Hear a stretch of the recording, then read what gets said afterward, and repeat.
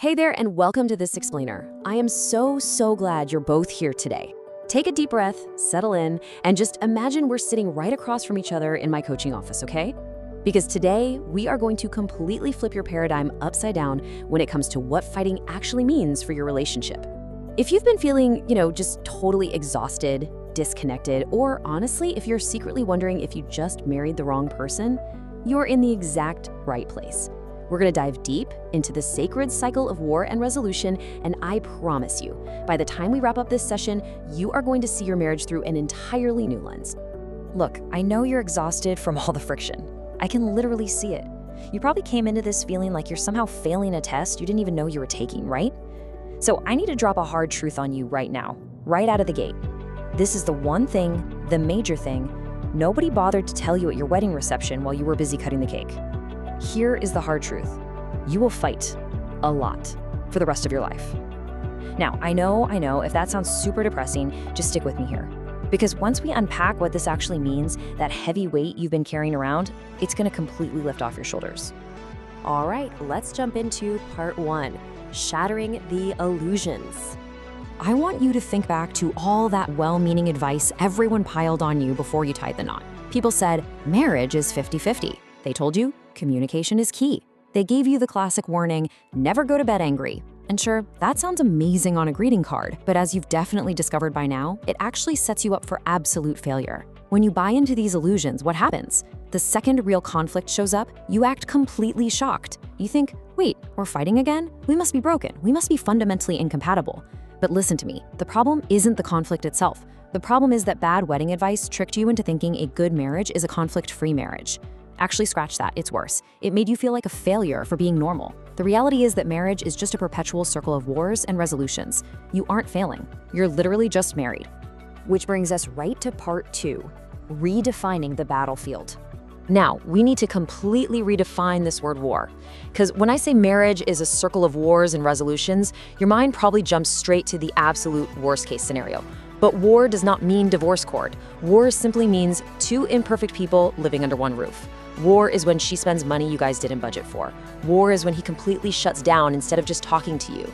It's that exact moment when both of you are standing in the kitchen, digging your heels in and thinking, I am 100% right, and they are being entirely unreasonable. It's simply the inevitable friction of sharing a life with another flawed human being. And here is where it gets incredibly profound. Back in Genesis 2:18, God said he would make a helper for you. Now, a helper is absolutely not a clone.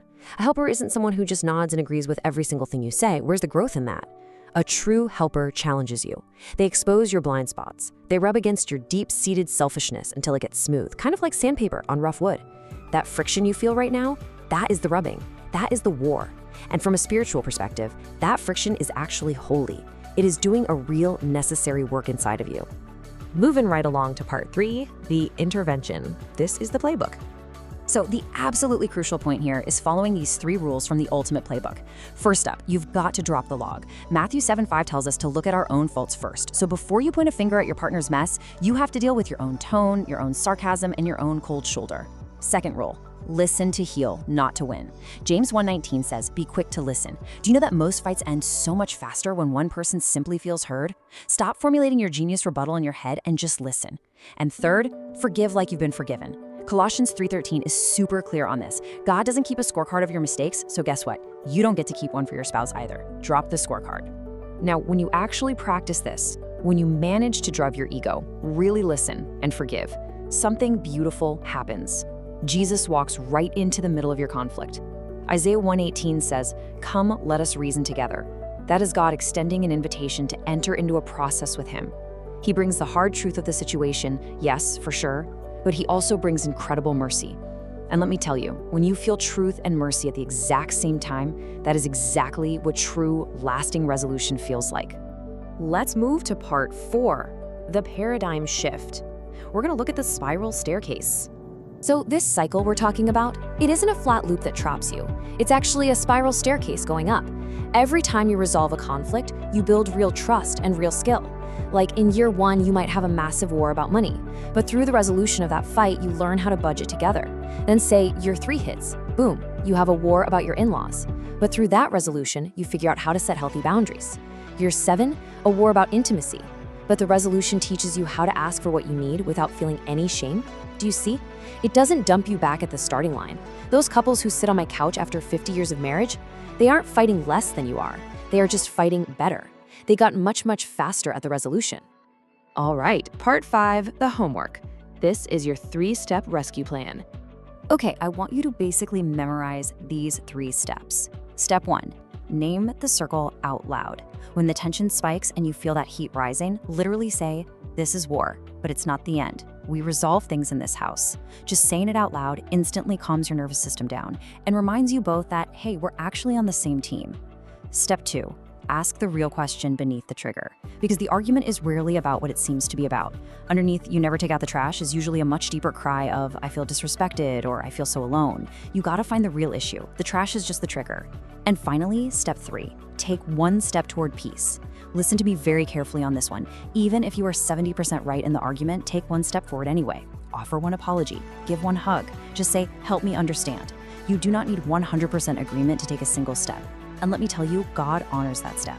So here is your major, absolute biggest takeaway from our time together today. I really want you to let this sink in. Stop praying for a war-free marriage.